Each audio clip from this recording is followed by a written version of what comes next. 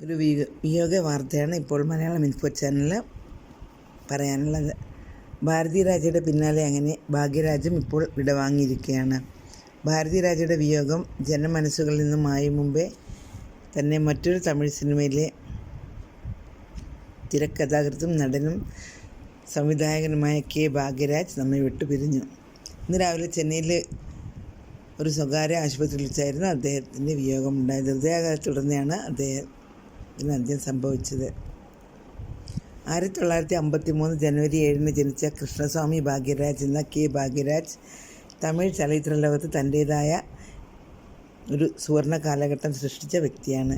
G Ramakrishnan, Bharati രാജ എന്നിവരുടെ assistant ഡയറക്ടറായിട്ടായിരുന്നു അദ്ദേഹം cinema ലോകത്തേക്ക് തുടക്കം കുറിച്ചത്.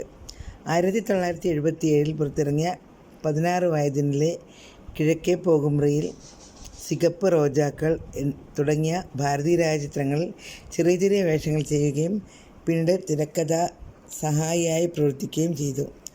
1979 ചുവരില്ലാത്ത ചിത്രങ്ങൾ എന്ന സിനിമയിലൂടെ അദ്ദേഹം സ്വതന്ത്ര സംവിധായകനായി. ഭാരതി രാജയുടെ പുതിയ വാർപ്പുകൾ എന്ന ചിത്രത്തിലൂടെ നായകനായി അരങ്ങേറ്റം കുറിച്ചു. അദ്ദേഹം നിരവധി ചലച്ചിത്ര പുരസ്കാരങ്ങൾ നേടുകയും ചെയ്തിട്ടുണ്ട്. 1983 ഉർവശിയെ നടിയാക്കി അദ്ദേഹം അഭിനയിച്ച മുന്താനെ മുടിച്ച് എന്ന ചിത്രത്തിന് മികച്ച നടനുള്ള അവാർഡ് ലഭിക്കുകയും ചെയ്തു.